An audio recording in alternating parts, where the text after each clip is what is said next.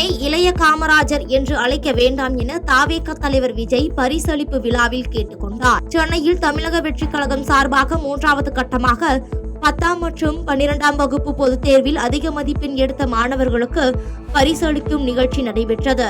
இந்நிகழ்ச்சிக்கு முன்னதாக நேற்று அகமதாபாத்தில் உயிரிழந்தவர்களுக்கு 2 நிமிடம் மௌன அஞ்சலி செலுத்தப்பட்டது. பின்னர் தாவேக தலைவர் விஜய் மாணவர்களுக்கு பரிசு வழங்க துவங்கினார். அப்பொழுது மேடையில் பேசிய அவர், இந்த விழாவில் 2026 தேர்தல் பற்றியோ தன்னை இளைய காமராஜர் என்று அழைக்க வேண்டாம் எனவும், உங்களது நிலைக்கு உதவிய ஆசிரியர்கள் பள்ளியை குறித்து பேசுங்கள் என்றும், மற்றவற்றை குறித்து பேச வேண்டாம் என்றும் மாணவ மாணவிகளிடம் கேட்டுக்கொண்டார். அப்புறம் ஒரு சின்ன ரிக்வெஸ்ட்,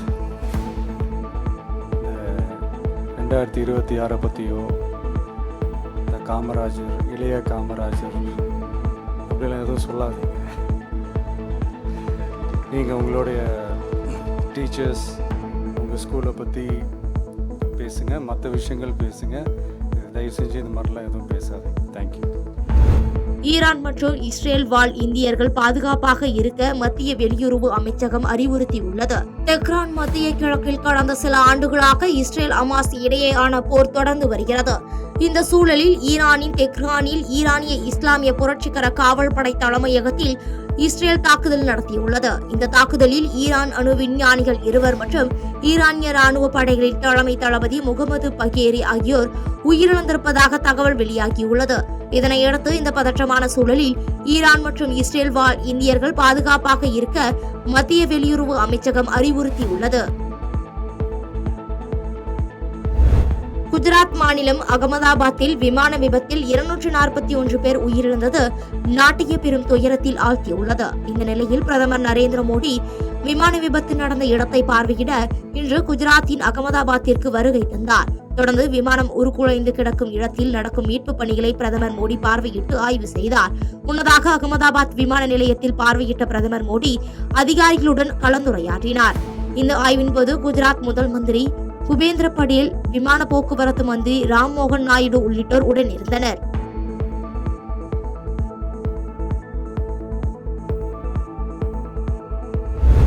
குஜராத் மாநிலம் அகமதாபாத்தில் ஏற்பட்ட விமான விபத்து நாட்டையே பெரும் துயரத்தில் ஆழ்த்தியுள்ளது. இந்த நிலையில் ராஜஸ்தானின் பன்ஸ்வாரா பகுதியைச் சேர்ந்தவர் பிரதீக் ஜோஷி. இவர் தனது புதிய வாழ்க்கையை தொடங்க தனது மனைவி மற்றும் 3 குழந்தைகளுடன் லண்டனுக்கு அழைத்து செல்ல முடிவு செய்து விமானத்தில் பயணித்துள்ளனர். அப்பொழுது துரதிருஷ்டவசமாக நடந்த இந்த விமான விபத்தில் ஒரே குடும்பத்தைச் சேர்ந்த 5 பேரும் பரிதாபமாக உயிரிழந்த நிலையில் இவர்கள் இறுதியாக விமானத்தில் அமர்ந்திருப்பது போன்று செல்போனில் செல்ஃபி எடுத்த புகைப்படமானது தற்போது வெளியாகி பார்ப்போரை சோகத்தில் ஆழ்த்தியுள்ளது.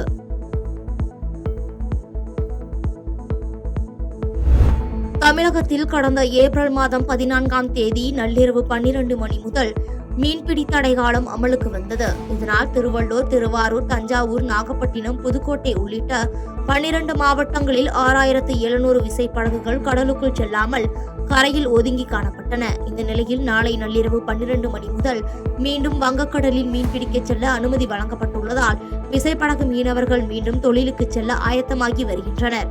மேலும் விசைப்படகுகளில் மீன்களை பதப்படுத்தி வைக்கும் கீழ் அறைகளில் ஐஸ் கட்டிகளை நிரப்பி வைப்பது, தேவையான அளவு குடிநீர் கேன்களை வாங்குவது, படகுகளிலேயே உணவு சமைக்க தேவையான பொருட்களை எடுத்துச் செல்வது போன்ற பணிகளில் மீனவர்கள் ஈடுபட்டுள்ளனர். மேலும் இதனால் மீன்களின் விலை குறைய தொடங்கும் என்று வியாபாரிகள் தெரிவித்துள்ளனர்.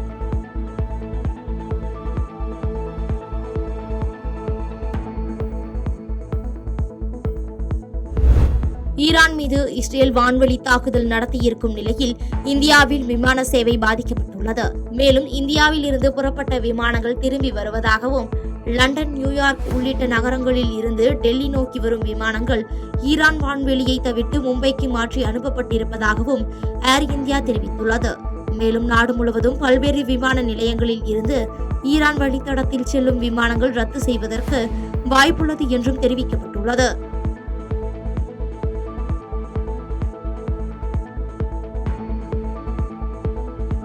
செய்திகளை உடனுக்குடன் தெரிந்து கொள்ள கீழ்கண்ட கேபிள் மற்றும் டிடிஎச் நெட்வொர்க்குகளில் எம்நாடு செய்தி தொலைக்காட்சியை காணுங்கள்.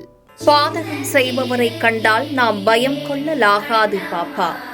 மோதி மிதித்துவிடு பாப்பா, அவர் முகத்தில் உமிழ்ந்துவிடு பாப்பா. அண்மை செய்திகளை உடனுக்குடன் தெரிந்து கொள்ள இணைந்திருங்கள் எம்நாடு தொலைக்காட்சியுடன்.